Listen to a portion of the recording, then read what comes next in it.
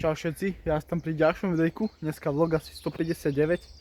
Dneska sa opäť vydáme na nejaký ten herping, mali sme v pláne rybačku a mal som ísť v pláne na úplne iné miesta ako sú toto. Ale trošku sa to zvrtlo, takže máme nejakých 11 hodín, takže ideálny čas. Dneska má byť okolo 20 stupňov, ja už som nahodil kraťasy, takže dneska sa vydáme do pralesov slovenských. Pokúsime sa nájsť nejaké tie vretence, žaby, užovky, moky, salamandry, medvede, srnky, líšky, všetko. Som sa asi pol hodinu dozadu zobudil, takže ešte dospávam. Toto je taký môj relax, takže toto pre mňa nič není. Takže ideme na to, napíšte mi nejaký pekný komentár, nejaký like dajte, odberík. Pozdieľajte videjko. Pri minulom videjku, vlog asi 157 alebo 6, ak sa nemýlim, je krásnych asi 2000 zľadnutí cez 100 lajkov, takže extrémne som spokojný, úplne ďakujem. Nečakal som, že to videjko tak rýchlo vybuchne a tak veľmi.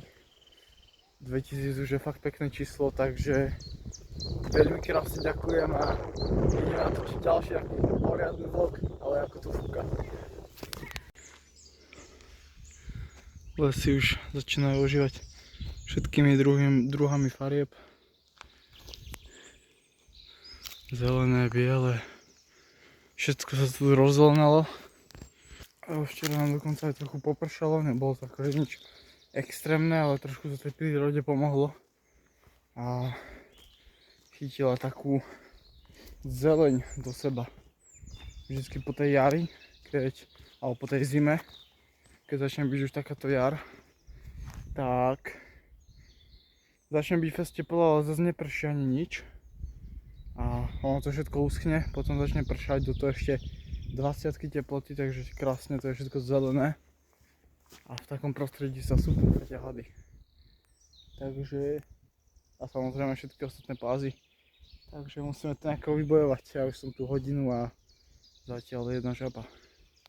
Tak ja už som spozoroval 2 jašterice krátkohlavé, mláďatka, ale zatiaľ nič. Bol som iba na jednom mieste pozerať, už som zadýchaný, normálne som vyšiel kopec. A zatiaľ 2 jašterice ušli mi, že som ich nechytil. Hore si myslím, že budú tiež nejaké jašterice, možno nejaké moky, kúňky už by mohli byť. A popri šťastí aj nejaké vretenice, alebo užovky, alebo nejaké tie nosorožce. Zašiel som na tieto miesta, moje obľúbené. Ja tu vidím aj jaštericu krátkohlavú, už trošku staršiu ako to predtým. Krásna samička to vyzerá byť.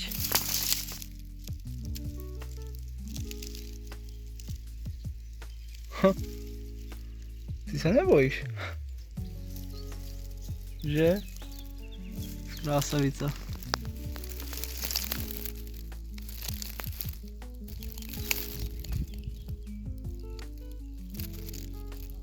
Pod týmito kameňmi sme v minulosti mali úspechy, so slepúchmi hlavne. Tak možno sa podarí nejaký.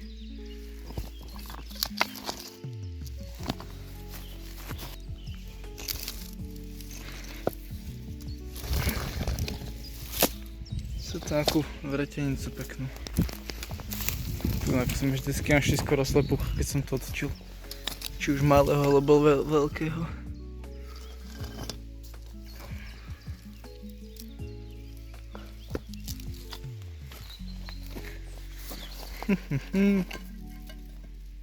Dneska to bude asi bez slepucha, ešte posledné. Dneska to je bez slepucha. Nevadí. Mravčeky. Nachádzam sa pri tomto jazierku. V pozadí počujete, prečo to tu už nie je tak, ako bývalo. Obrovská kopa dreva. Pili sa tu ako o život. Videl som tu malinkú jašteričku. Môžeme sa tu pootáčať. Tam je voda. A tam bežala až 40 ďalšia. Aha, tam. Kuňka. Inak sú krásne žubrienky. Ja som ich aj natočil, len si nechcem úplne tieniť.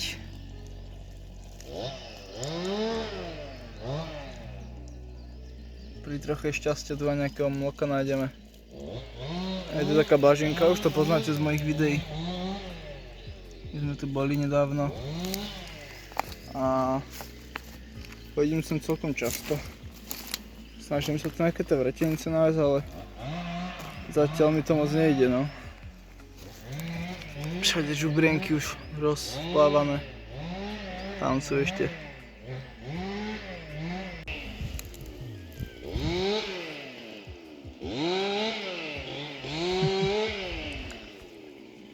Tam môžete vidieť ešte nejaké pozostatky vajíčok, ktoré už sú asi porušené a už sa z nich asi nič nevyľahne. A bohužiaľ, našiel som tu mŕtvú žabu. Neviem, čo to je zač, vyzerá tak skokan. Keď som sem prišiel, tak tu boli dve kačky, ale tento už vyzerá, že to je dlhšie. Takže aj toto sa deje. Neviem, čo sa mu stalo, ale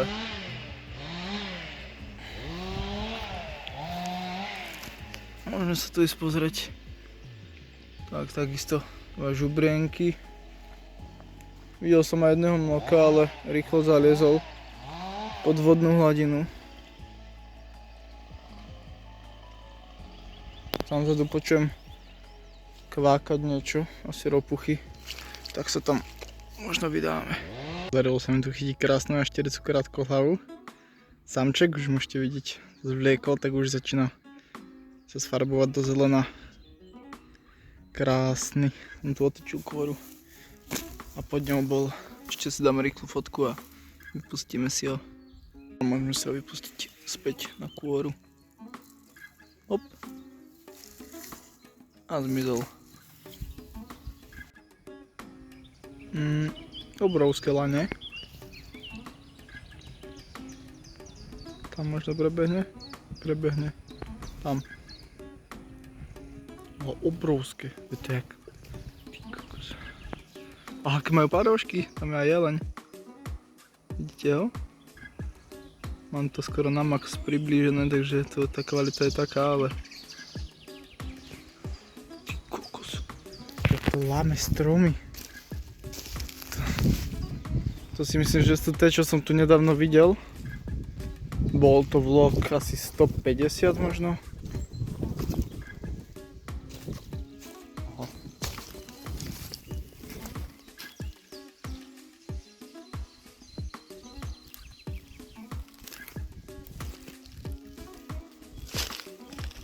Sú agresívne, či?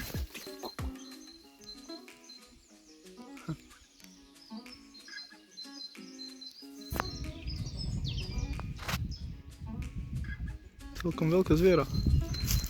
A čo, 300? Keď sa priblížim, ujdete? Asi je. Tak ahojte. No máme problém. Na mojom mieste, kde väčšinou vidím vretenice, už kyslé puchy.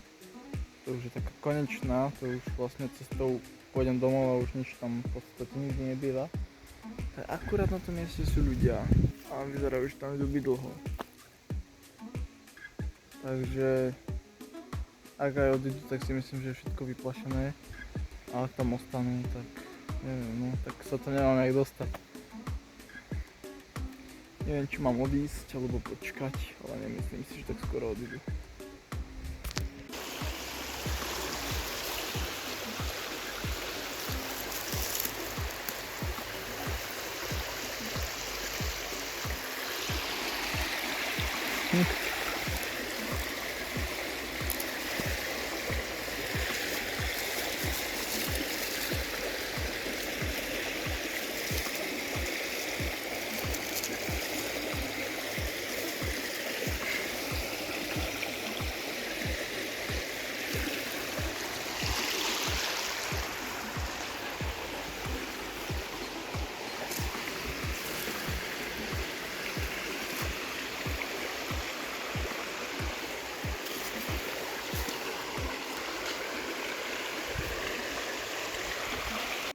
Takže podarilo sa mi tam niečo natočiť, dostal som sa tam aj cez ľudí, bolo mi to už jedno, potreboval som nejaké zábery.